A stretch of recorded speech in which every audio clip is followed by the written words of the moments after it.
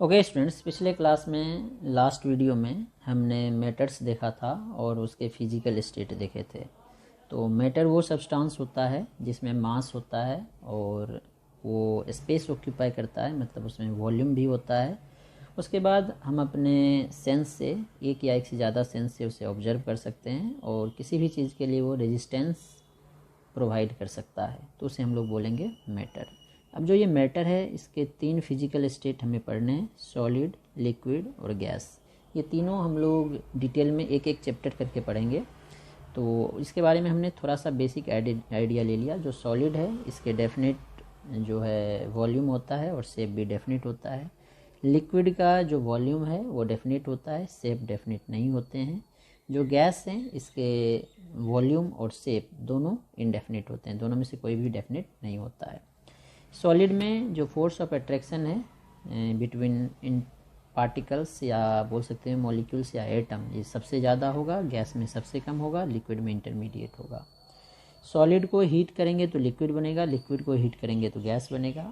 Gas को condense करेंगे, gas को मतलब कूल करेंगे तो लिक्विड बनेगा, लिक्विड को कूल करेंगे तो सॉलिड बनेगा। मतलब टेम्परेचर बढ़ाने से सॉलिड से लिक्विड, लिक्विड से गैस बनता है, और टेम्परेचर घटाने से गैस से लिक्विड और लिक्विड से सॉलिड बनता है। ठीक है, तो ये हमने कर लिया है। अब मैटर के हमने क्लासिफिकेशन यहाँ पे किया है, क्लासिफिकेशन ऑफ मैटर्स। मैटर जो है दो टाइप के होते हैं, एक को बोलते हैं हम लोग प्योर सब्सटेंस और दूसरे को बोलते हैं मिक्सचर। प्योर सब्सटेंस हम लोग उसे बोलते हैं जो only one type of, only one kind of particle से बना होगा और उसका जो कंपोजिशन होगा फिक्स्ड होगा। इसे हम लोग फिजिकल मेथड से अलग नहीं कर सकते हैं। जैसे एग्जांपल के लिए जो CO2 है, ये प्योर सब्सटेंस होगा, कंपाउंड है और ये प्योर सब्सटेंस होगा। इसमें कार्बन और ऑक्सीजन का जो रेशियो है, मास का ही रेशियो देखते हैं। कार्बन अगर 12 आएगा तो ऑक्सीजन 32 आएगा। ये हमेशा 12:32, और इसको अगर सिंपल करोगे तो 3:8 में ही आएगा। इसका रेशियो कभी भी फिक्स मतलब चेंज नहीं हो सकता है।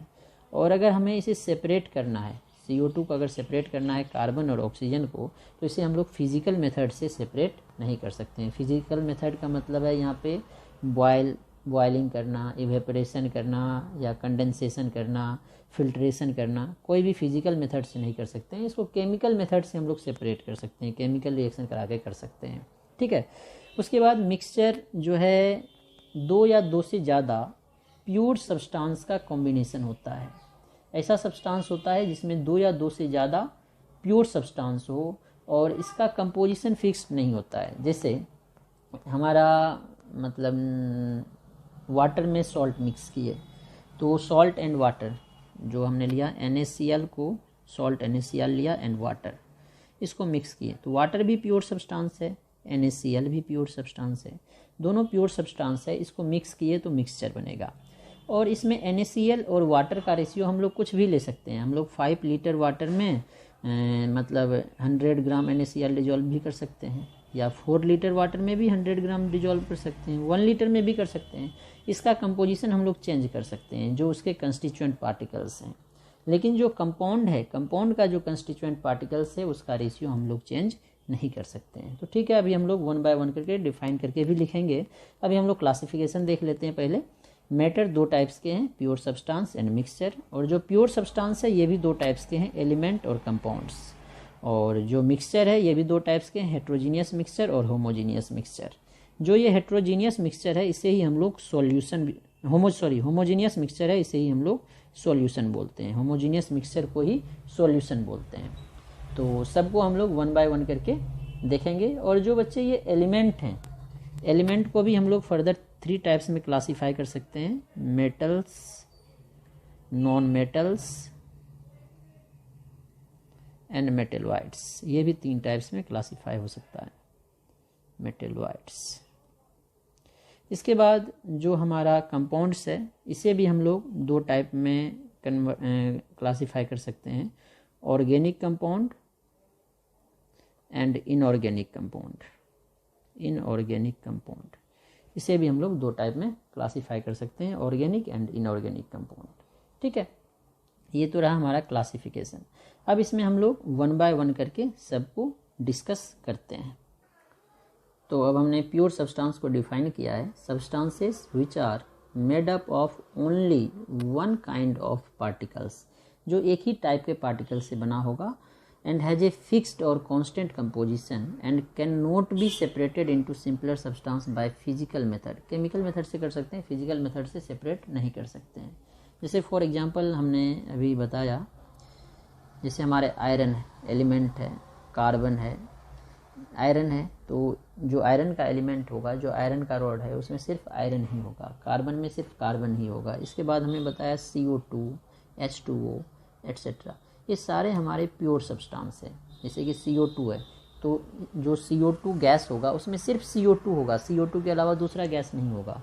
H2O है, सिर्फ H2O होगा। कार्बन है तो सिर्फ कार्बन होगा, आयरन है तो सिर्फ आयरन होगा, एक ही टाइप के पार्टिकल होगा। इसको हम लोग फिजिकल मेथड से अलग नहीं कर सकते हैं। जैसे बोलोगे CO2 है, इसमें कार्बन और ऑक्सीजन को अलग कर दें फिजिकल मेथड से, और फिजिकल मेथड हमने ऊपर बताया था, boiling, evaporation, condensation, freezing, filtration, इस टाइप के किसी भी मेथड से अलग नहीं कर सकते, केमिकल रिएक्शन से अलग कर सकते हैं। इसीलिए इसे हम लोग बोलेंगे प्योर सब्सटेंस। अब जो प्योर सब्सटेंस है वो दो टाइप के होते हैं। इसमें सबसे पहला जो था वो था एलिमेंट। तो एलिमेंट वो प्योर सब्सटेंस होता है जो सेम टाइप के, मतलब एक ही टाइप के वन काइंड ऑफ एटम से बना होगा। और जो एलिमेंट होता है इसे ना तो क्रिएट किया जा सकता है और ना ही डिस्ट्रॉय किया जा सकता है बाय एनी फिजिकल और केमिकल मेथड, लेकिन न्यूक्लियर मेथड से इसे बनाया भी जा सकता है और इससे ब्रेक भी किया जा सकता है, इसे डिकम्पोज भी किया जा सकता है, फिजिकल और केमिकल मेथड से नहीं। अभी एग्जांपल से बताता हूँ इसका डेफिनेशन, और अभी लिखोगे तो लिख सकते हो, it may be defined as, या it is defined as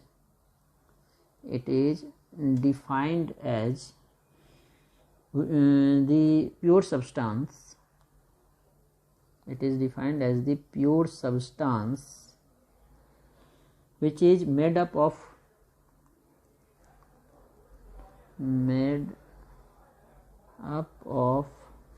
one type या one kind of atoms, एक ही टाइप के एटम से जो बना होगा उसे हम लोग बोलेंगे एलिमेंट्स। जैसे हमने बोला कार्बन, इसका मतलब कार्बन एलिमेंट्स है, उसमें सिर्फ कार्बन के एटम होंगे। जैसे आयरन बोला तो आयरन एलिमेंट्स है जिसमें सिर्फ आयरन के एटम होंगे।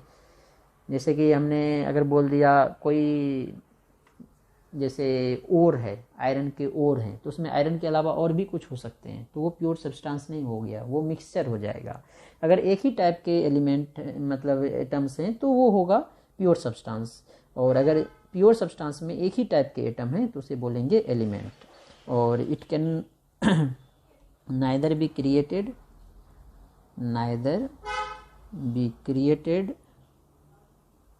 nor destroyed by any physical or chemical method,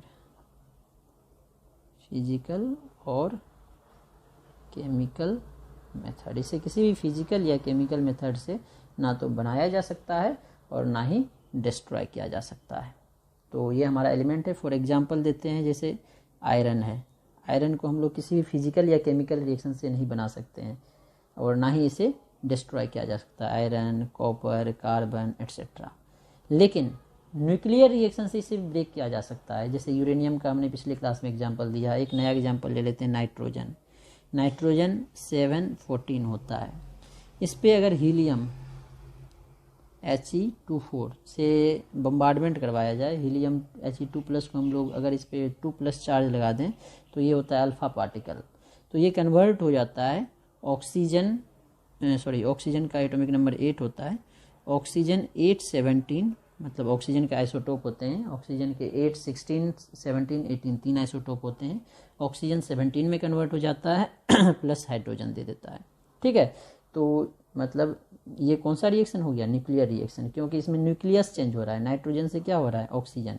chemical reaction में न्यूक्लियस चेंज नहीं होता है, जैसे कार्बन और ऑक्सीजन, नया कंपाउंड CO2 बना, लेकिन इसमें जो एटम था कार्बन और ऑक्सीजन, इसमें भी कार्बन और ऑक्सीजन एटम ही है, इसमें न्यूक्लियस चेंज नहीं हुआ। न्यूक्लियस चेंज होगा तो एटम ही चेंज हो जाएगा, एटम चेंज नहीं होता, इसमें देखो एटम चेंज हो रहा है, इसीलिए ये न्यूक्लियर रिएक्शन है और ये केमिकल रिएक्शन है। इसमें देखो नाइट्रोजन था और हीलियम था, यहाँ पे ऑक्सीजन हो गया, हाइड्रोजन हो गया, एटम ही चेंज हो गया। इधर एटम नहीं चेंज होता है, इधर क्या होता है? कंपाउंड का फॉर्मेशन हो जाता है, नए कंपाउंड बन जाता है। तो जो एलिमेंट है ये न्यूक्लियर रिएक्शन से एक दूसरे में चेंज हो सकते हैं, लेकिन केमिकल या फिजिकल मेथड से एक दूसरे में इसे हम लोग चेंज नहीं कर सकते हैं। अब जो बच्चे ये एलिमेंट है इसको हमने 3 टाइप में क्लासीफाई किया है। एलिमेंट्स को भी 3 पार्ट में क्लासीफाई किया है। फर्स्ट हमने बोला है मेटल्स, सेकंड हमने बोला है नॉन मेटल्स, एंड थर्ड बोला है हमने मेटलॉइड्स। अब मेटल्स की कुछ प्रॉपर्टी है। मेटल्स जो है जनरली सॉलिड होता है। जनरली मतलब इसमें कुछ डिसएडवांटेज मतलब एक्सेप्शंस बोल सकते हो। जैसे मरकरी है, रूम टेम्परेचर पे ये लिक्विड होता है, और अगर रूम टेम्परेचर से थोड़ा ज़्यादा ऊपर चले जाओ 30 चले जाओ तो गैलियम वगैरह भी लिक्विड हो जाते हैं। गैलियम है, सीजियम है। तो हम लोग जो स्टडी करते हैं नॉर्मली रूम टेम्परेचर पे स्टडी करते हैं। रूम टेम्परेचर पे जो मेटल्स हैं ये जनरली सॉलिड होता है, हार्ड होता है, मेलिएबल होता है, डक्टाइल होता है और हीट एंड इलेक्ट्रिसिटी को कंडक्ट करता है।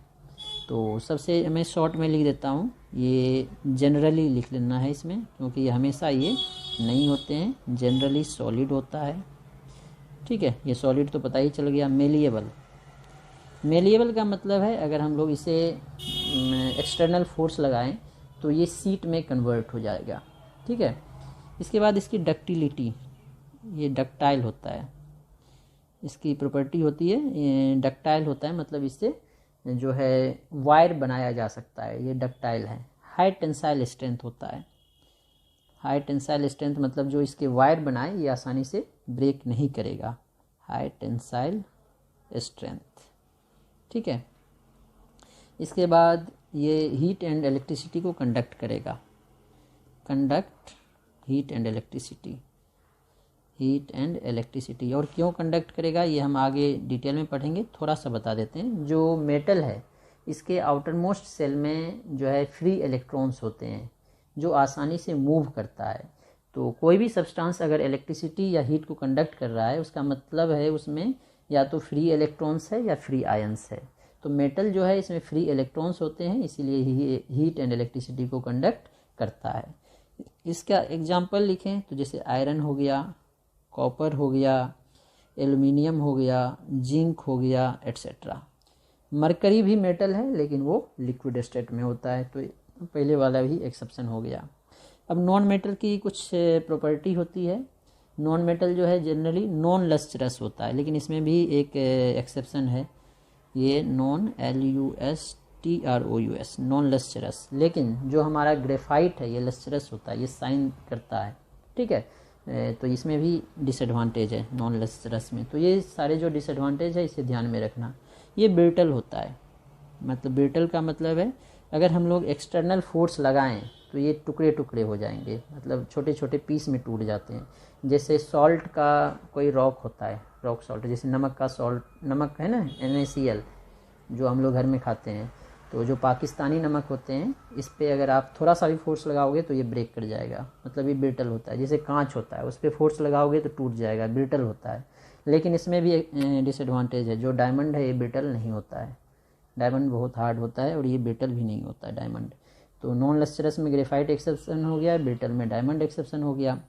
इसके अलावा ये पुअर कंडक्टर होता है हीट एंड इलेक्ट्रिसिटी का, इसमें भी ग्रेफाइट जो है इसका एक्सेप्शन हो जाएगा। ये जनरली बोल रहा हूँ मैं, ये पुअर कंडक्टर होगा, heat, poor conductor of heat and electricity, poor conductor of heat and electricity. और इसमें भी एक्सेप्शन हो जाएगा ग्रेफाइट। ग्रेफाइट जो है हीट एंड इलेक्ट्रिसिटी को कंडक्ट करता है, इसीलिए जो हमारा ड्राई सेल होता है उसमें इलेक्ट्रोड जो है ग्रेफाइट का ही होता है, ठीक है। इसके एग्जांपल अगर हम लोग देखें नॉन मेटल के तो जैसे सल्फ़र है, फॉस्फोरस है, नाइट्रोजन है, हाइड्रोजन है, ऑक्सीजन है, एट्सेट्रा। ये सारे नॉन मेटल होते हैं, ठीक है। इसके बाद मेटलॉइड्स हैं। मेटलॉइड्स वो सब्सटेंस होते हैं जिसकी प्रॉपर्टी मेटल और नॉन मेटल के बीच में लाई करती है, और कुछ प्रॉपर्टी मेटल से कॉमन होते हैं, कुछ प्रॉपर्टी नॉन मेटल से कॉमन होते हैं, उसे हम लोग बोलते हैं मेटलॉइड्स, ठीक है। तो इसमें मेटलॉइड्स में लिख सकते हैं these elements have characteristics common to metal as well as non metals. Characteristics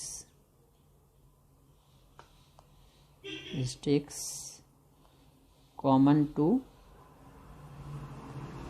metal and non metals, या बोल सकते हैं कुछ प्रॉपर्टी दोनों के बीच में लाई करेगी और कुछ प्रॉपर्टी मतलब मेटल की कुछ नॉन मेटल की, इसमें दोनों की प्रॉपर्टी होगी। मतलब जैसे एग्जांपल के लिए हम ले लेते हैं आर्सेनिक है हमारा, एग्जांपल ले लेते हैं आर्सेनिक है, टिन है, बिस्मथ है, एंटीमनी है, एट्सेट्रा, ये सारे जो है हमारे मेटलॉइड्स हैं। और जो बच्चे ये टिन है इसको हम लोग मेटलॉइड्स से ज़्यादा मेटल में रखते हैं क्योंकि इसकी ज़्यादा प्रॉपर्टी जो है मेटल की होती है टिन की, तो इसीलिए इसको हम लोग मेटलॉइड से हटा देते हैं। और जो ये मेटलॉइड है इसको याद रखने के लिए हमने कुछ ट्रिक्स, तो मेटलॉइड को याद रखने के लिए जो ट्रिक्स है उसमें हमने लिखा है बोले शिवजी ऐसी तेरी आत्मा गीत सब पाए। बोले शिवजी ऐसी तेरी आत्मा गीत सब पाए। बोले मतलब बोरोन, शिवजी सिलिकॉन, ऐसी arsenic, tellurium, astatine, germanium, antimony और पोलोनियम। इसमें जो बच्चे पीओ है और बोरोन है और एक एस्टेटाइन है, इसको कुछ बुक में देखोगे मेटलॉइड्स में रख देते हैं, कुछ बुक नहीं भी रखते हैं। बोरोन को बहुत सारे लोग टिपिकल नॉन मेटल बोलते हैं, टिपिकल नॉन मेटल, और जो पोलोनियम है इसे typical metal, typical metal, polonium के साथ साथ एस्टेटाइन को भी इसलिए बोलते हैं क्योंकि बोरोन जो है मेटल और नॉन मेटल दोनों की प्रॉपर्टी शो करते हैं, लेकिन मैक्सिमम नॉन मेटल की प्रॉपर्टी शो करता है बोरोन। सिमिलरली एस्टेटाइन और पोलोनियम जो है मेटल नॉन मेटल दोनों की प्रॉपर्टी शो करता है, लेकिन मैक्सिमम मेटल की शो करता है। ये दोनों मैक्सिमम मेटल की प्रॉपर्टी शो कर रहा है और ये मैक्सिमम नॉन मेटल की कर रहा है, इसीलिए इसे टिपिकल नॉन मेटल और इसे टिपिकल मेटल बोलते हैं। तो याद रखने के लिए मैं बोल दिया बोले शिवजी ऐसी तेरी आत्मा गीत सब पाए। ठीक है, तो इस तरह से हम लोग मेटलॉइड्स को याद रख सकते हैं। और जब पीरियोडिक टेबल में बताऊंगा 1-2 क्लास बाद आपको कैसे लर्न करना है, तो उसमें बता दूंगा ये जो एलिमेंट्स हैं इसके लेफ्ट साइड सारे मेटल्स हैं और इसके राइट साइड सारे नॉन मेटल्स हैं। Left side metal, right side non metal, तो कैसे याद रखते हैं उसे वो भी मैं बताऊंगा 1-2 क्लास बाद। ठीक है, तो ये तो हमारा एलिमेंट्स हो गया। अब हम लोग नेक्स्ट देखेंगे कंपाउंड्स के बारे में। तो कंपाउंड्स जो है 2 या 2 से ज़्यादा एलिमेंट्स से मिलके बना होता है।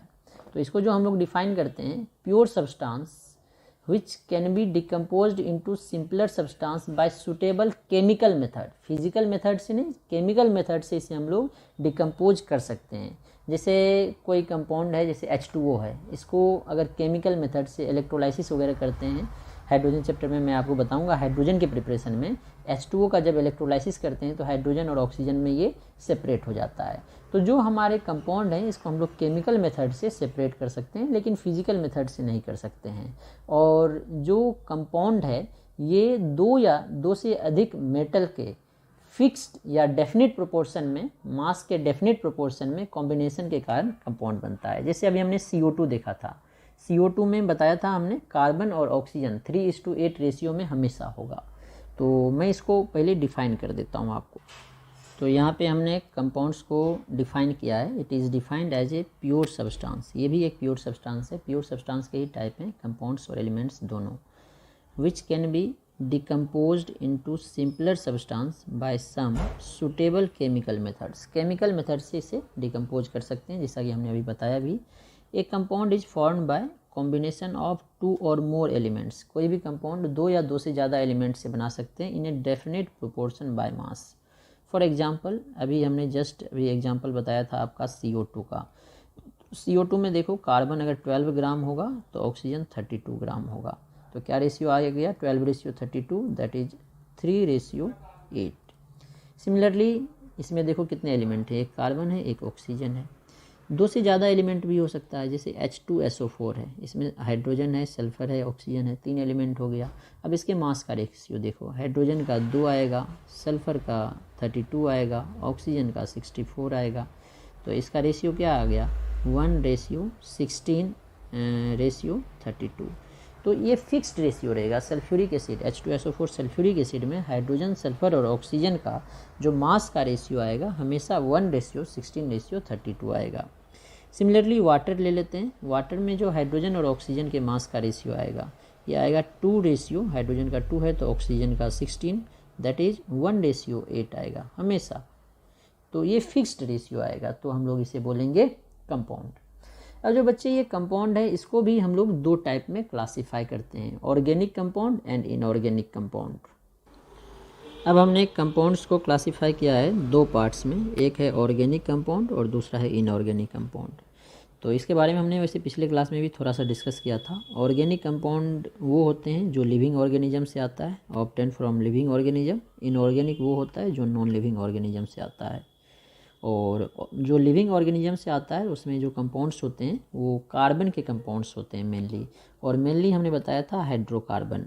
हाइड्रोकार्बन वो होते हैं जो सिर्फ हाइड्रोजन और कार्बन को कंटेन करेगा, जैसे कि हमने बताया था CH4, methane, ethane, propane, benzene, सारे हाइड्रोकार्बन हैं। और हाइड्रोकार्बन से अगर एक हाइड्रोजन को दूसरे एलिमेंट से रिप्लेस कर दें तो हम लोग बोलेंगे डेरिवेटिव ऑफ हाइड्रोकार्बन। तो ये हमारे आ जाते हैं ऑर्गेनिक कंपाउंड में। और जो नॉन लिविंग थिंग से ऑब्टेन होते हैं जैसे कि मिनरल्स है, रॉक सॉल्ट है, इससे ऑब्टेन करेगा उसे हम लोग बोलेंगे इनऑर्गेनिक कंपाउंड।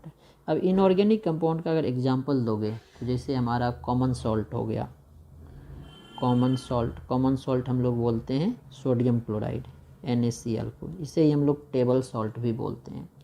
उसके बाद मार्बल हो गया जो हम लोग घर वगैरह में लगाते हैं, और मार्बल हम लोग बोलते हैं कैल्शियम कार्बोनेट को, CaCO3 होता है। जिप्सम हो गया, जिप्सम हम लोग बोलते हैं कैल्शियम सल्फेट को, CaSO4.2H2O, इसे हम लोग बोलते हैं जिप्सम। इसी तरह POP हो गया जो हम लोग घर में लगाते हैं, CaSO4.12H2O।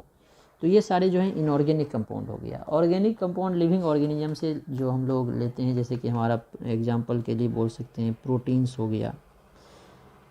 प्रोटीन्स कैसे बनता है ये सारे हम लोग क्या होता है, स्ट्रक्चर क्या होता है, ये सारे हम लोग 12th में पढ़ते भी हैं। प्रोटीन्स है, कार्बोहाइड्रेट्स है, सारे लिविंग ऑर्गेनिज्म से आते हैं। फैट्स हैं, सुक्रोज है, सारे ऑर्गेनिक कंपाउंड है। इसके अलावा भी जो बाकी बहुत सारे कंपाउंड्स हैं जैसे मीथेन है, एट्सेट्रा कर देंगे, ये सारे जो हैं ऑर्गेनिक कंपाउंड में आते हैं। तो इस तरह से हम लोग प्योर सब्सटेंस को 2 पार्ट में क्लासीफाई किए, एलिमेंट एंड कंपाउंड। तो एलिमेंट को 3 पार्ट में किए, metal, non metal and metalloid, और कंपाउंड को 2 पार्ट में किए, ऑर्गेनिक एंड इनऑर्गेनिक। अब इसके बाद हम लोग मिक्सचर तो हम लोग मिक्सचर देख रहे हैं। यहाँ पे हमने पहले मिक्सचर को डिफाइन कर लिया है। It is defined as substances which are made up of 2 और मोर प्योर सब्सटेंसेस। मतलब जो हमारा प्योर सब्सटेंस है, एलिमेंट या कंपाउंड, 2 या 2 से ज़्यादा एलिमेंट या कंपाउंड से बना होगा, मतलब प्योर सब्सटेंस से बना होगा।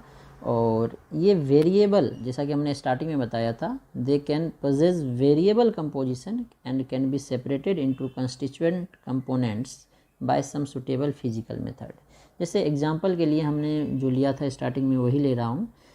मिक्सचर ले रहे हैं हम लोग, mixture of NaCl in water, NaCl and water. तो NaCl इन वाटर में बताया था, ये देखो ये भी एक कंपाउंड है, ये भी एक कंपाउंड है, दोनों प्योर सब्सटेंस है, 2 प्योर सब्सटेंस का मिक्सचर हो गया। तो वही हमने लिखा था 2 और मोर प्योर सब्सटेंस, यहाँ पे 2 का लिया। और इसमें वेरिएबल कंपोजिशन हो सकता है, जैसे हमने बताया था, जैसे कि अगर ये 100 ग्राम है तो ये 1000 ग्राम ले सकते हैं 1:10 रेशियो में। ये 100 ग्राम को 2000 ग्राम में भी डिजॉल्व कर सकते हैं, मतलब 1:20 के रेशियो में। लेकिन जो प्योर सब्सटेंस था H2O, इसके जो कंपोनेंट थे हाइड्रोजन और ऑक्सीजन, इसका रेशियो हमेशा क्या था, 2:16। ये हमेशा 1:8, ये फिक्स्ड था। लेकिन ये जो इसका रेशियो है ये फिक्स्ड नहीं, ये वेरिएबल होते हैं। और जो ये सॉल्यूशन है इसे हमें किसी केमिकल रिएक्शन से अलग करने की ज़रूरत नहीं है, इसे हम लोग फिजिकल मेथड से भी अलग कर सकते हैं। जैसे NaCl एंड वाटर का मिक्सचर है, हम लोग इवेपोरेट कर दें तो वाटर जो है वेपर बन के बाहर निकल जाएगा, NaCl अलग हो जाएगा। तो दूसरा एग्जांपल लेते हैं, जैसे हमारे क्रूड ऑयल होते हैं, पेट्रोलियम जो होता है क्रूड ऑयल, इसको हम लोग फ्रैक्शनल डिस्टिलेशन से, फ्रैक्शनल डिस्टिलेशन अगर आपने पढ़ा होगा तो पता होगा, अदरवाइज हम लोग डिस्कस करेंगे 11th में। फ्रैक्शनल डिस्टिलेशन में क्या करते हैं, हम लोग हीट करते हैं और एक स्पेशल टाइप के एपरेटस होता है जिसमें फ्रैक्शनेटिंग कॉलम होते हैं, मतलब वो पैक्ड होते हैं किसी सब्सटेंस से। मैं डिटेल में दिखाऊंगा अभी वहाँ पे प्यूरिफिकेशन ऑफ ऑर्गेनिक कंपाउंड में। तो फ्रैक्शनल डिस्टिलेशन एक प्रोसेस है जिससे हम लोग, जिसमें बॉइलिंग पॉइंट का डिफरेंस कम होता है, उस टाइप के सब्सटेंस को प्यूरिफाई करते हैं। जैसे हमारा क्रूड ऑयल है, तो क्रूड ऑयल में बहुत सारे जैसे कि डीजल, पेट्रोल, केरोसिन सारे चीज़ होते हैं, तो उसका बॉइलिंग पॉइंट का डिफरेंस बहुत ज़्यादा नहीं होता है, कम कम होता है। तो उस टाइप के सब्सटेंस को हम लोग फ्रैक्शनल डिस्टिलेशन से सेपरेट करेंगे। तो ये हमारा मिक्सचर था। अब जो हमारा मिक्सचर है इसके भी दो टाइप्स हैं। मिक्सचर को भी हम लोग दो टाइप में क्लासीफाई किए हैं। एक होता है होमोजीनियस मिक्सचर जिसे हम लोग सॉल्यूशन बोलते हैं, और दूसरा होता है हेट्रोजीनियस मिक्सचर। अब हमने क्लासिफिकेशन किया है मिक्सचर का दो पार्ट में, homogeneous mixture and heterogeneous mixture. Homogeneous mixture को सॉल्यूशन बोलते हैं और हेट्रोजीनियस मिक्सचर तो नॉर्मल मिक्सचर है, ठीक है। तो होमोजीनियस मिक्सचर को सॉल्यूशन इसीलिए बोलते हैं क्योंकि इसमें सेम कंपोजिशन होता है थ्रू आउट द मिक्सचर। जैसे हमने एक ग्लास वाटर में 1 चम्मच नमक डाला और डिजॉल्व हो गया अब ये, तो होमोजीनियस मिक्सचर बन जाएगा, क्योंकि जो कंप्लीट सॉल्यूशन बना है ग्लास में, इसके ऊपर वाले पोर्शन में भी देखोगे जो टेस्ट आएगा सॉल्ट एंड वाटर का वही आएगा, मिडल में भी वही, लास्ट में भी। थ्रू आउट क्या रहेगा, सेम रहेगा। मतलब NaCl और वाटर का ratio through out the solution same रहेगा। लेकिन इसमें सेम नहीं रहता है, डिफरेंट होता है। जैसे एग्जांपल के लिए मड, कीचड़ जो है मड, इसमें कहीं पे देखो वाटर ज़्यादा रहता है, कहीं पे मिट्टी ज़्यादा होता है, तो ये हेट्रोजीनियस हो गया। अगर थ्रू आउट कंपोजिशन सेम रहेगा तो हम लोग बोलेंगे सॉल्यूशन, और थ्रू आउट नहीं रहेगा तो हम लोग बोलेंगे मिक्सचर। और मिक्सचर में एक चीज़ और हम लोग यहाँ पे ऐड कर सकते हैं जो हमने डिफ़ाइन किया है, ये जो 2 और मोर प्योर सब्सटेंस लेते हैं ना, ये जो प्योर सब्सटेंस है ये नॉन रिएक्टिंग होना चाहिए। प्योर सब्सटेंस जो है ये नॉन रिएक्टिंग होना चाहिए, ये भी आप ऐड कर लो।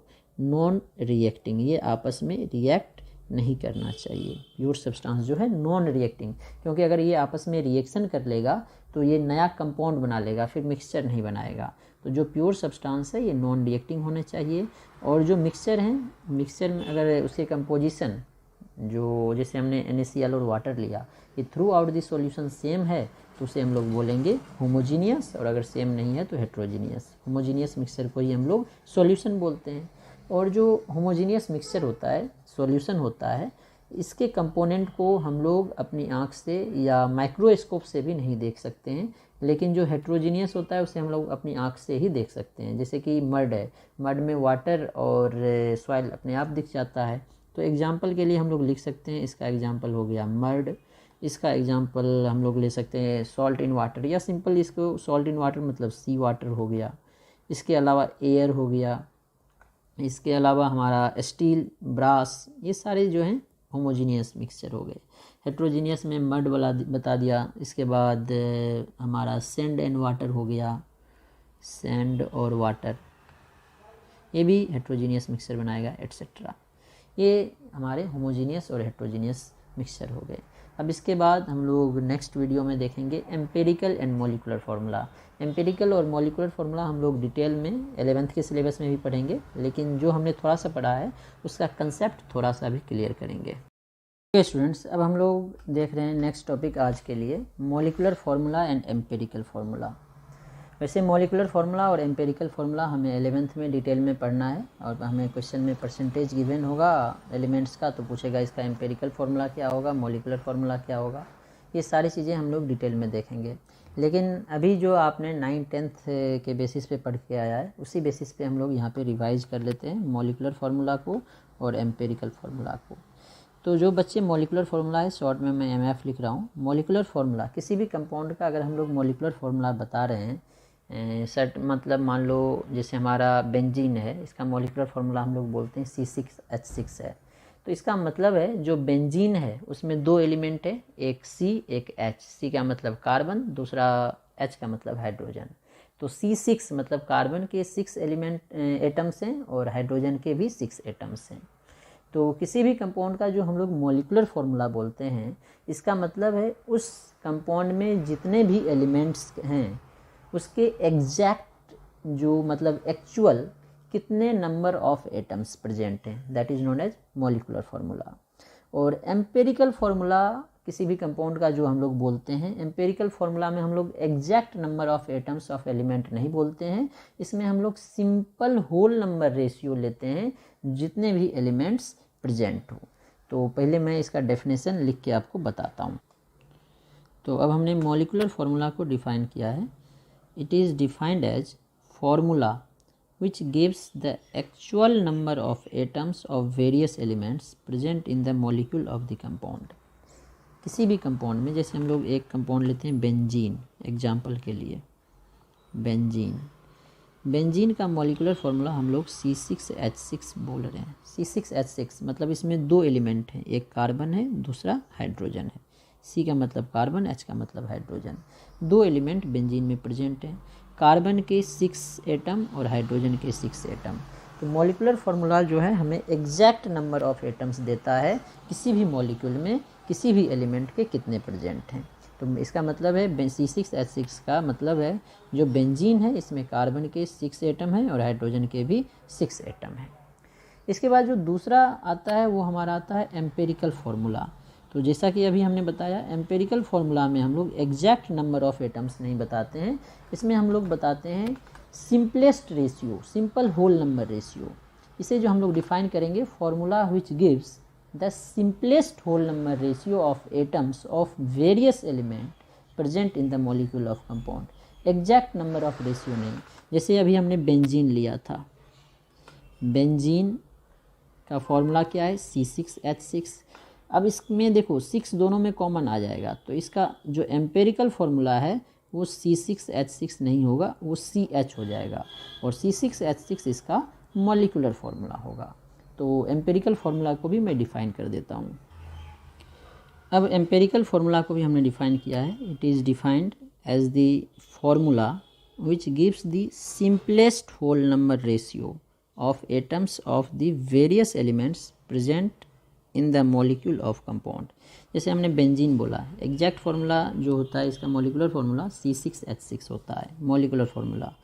तो इसमें देखो 6 कॉमन आ रहा है, तो हम लोग सबको 6 से डिवाइड कर देंगे तो empirical formula C1H1 that is CH हो गया। तो इसी से हम लोग मॉलिक्यूलर फार्मूला और एम्पेरिकल फार्मूला में रिलेशन बता सकते हैं। जो मॉलिक्यूलर फार्मूला है ये N इंटू एम्पेरिकल फार्मूला होगा और जो ये n है ये नेचुरल नंबर होगा, इसकी वैल्यू 1 2 3 4 कुछ भी हो सकता है, इस तरह से इसकी वैल्यू हो सकता है। जैसे C6H6 है मॉलिक्यूलर फार्मूला, इसको n से मल्टीप्लाई करेंगे CH से, तो ये n की वैल्यू यहाँ पे क्या होगी 6, क्योंकि सबको 6 से एलिमेंट से मल्टीप्लाई करेंगे तो ये एम्पेरिकल फार्मूला को 6 से करेंगे तो ये मॉलिक्यूलर फार्मूला में कन्वर्ट हो जाएगा, तो n की वैल्यू यहाँ पे 6 आ गई। अब जब हम लोग 11th में पढ़ेंगे तो ये तो देखेंगे। इसके बाद हम लोग देखेंगे अगर हमारे पास परसेंटेज गिवन हो तो कैसे हम लोग एम्पेरिकल फार्मूला कैलकुलेट करते हैं और कैसे मॉलिक्यूलर फार्मूला कैलकुलेट करते हैं।